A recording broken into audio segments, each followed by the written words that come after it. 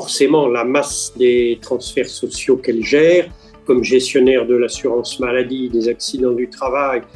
Elle verse aussi, vous le savez bien, les prestations retraite pour le régime général et le régime agricole, et elle collecte les cotisations. Donc c'est un acteur important. Le contexte extérieur est chargé d'incertitudes. La perspective de la mise en place de la couverture maladie universelle, la fameuse CMU à la place des bons roses, pose question à nos partenaires qui s'interrogent sur la capacité de la Caisse à mener une réforme d'une telle ampleur.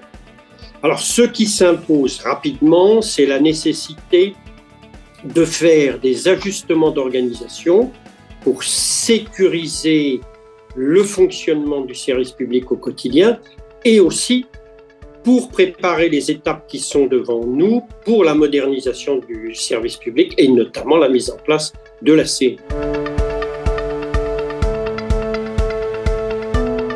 Je crois que c'est le triptyque CMU, carte vitale, tiers payant généralisé et la dynamique qui s'est créée autour de ça.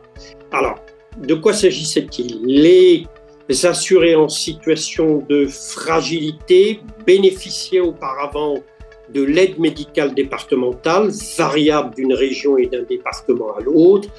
Alors, en agrégeant la couverture du régime de sécurité sociale plus l'aide apportée par l'aide médicale départementale, les assurés concernés bénéficiaient d'une prise en charge partielle ou totale d'un certain nombre d'actes médicaux.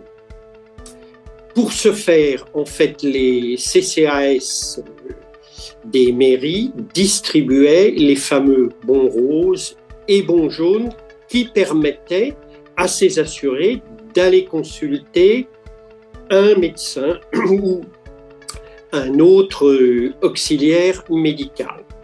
Le médecin ramassait les bons et les transmettait ensuite globalement à la caisse qui assurait le règlement direct au médecin global sans pour autant soit enregistrer la consommation médicale de l'assuré sur son compte. L'année 99, c'est un peu une course contre la montre. Il faut préparer la CMU, il faut bâtir un fichier des bénéficiaires potentiels, il faut donc dimensionner et former les effectifs de la caisse, il faut redimensionner les accueils et à l'arrivée, en janvier 2000, à la fin du mois de janvier, c'est pratiquement 300 000 assurés et leurs bénéficiaires qui ont leurs droits reconnus.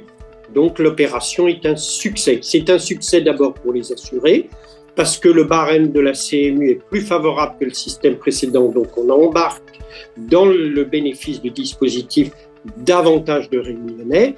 Le panier de soins qui est couvert par la CMU est aussi plus important, donc c'est une meilleure couverture.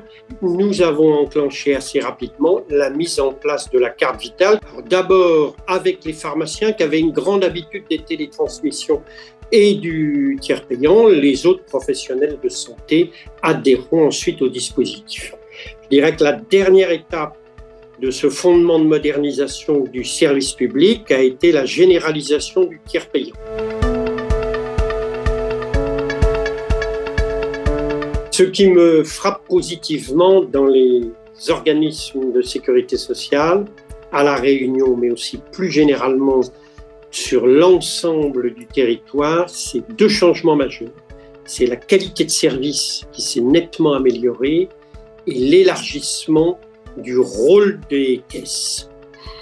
Un point extrêmement important, c'est que les caisses vont davantage au devant des assurés sociaux. La caisse est passée de ce qu'avait appelé Gilles Joannet à une époque le payeur aveugle, il y a 25 ans, à un acteur responsable.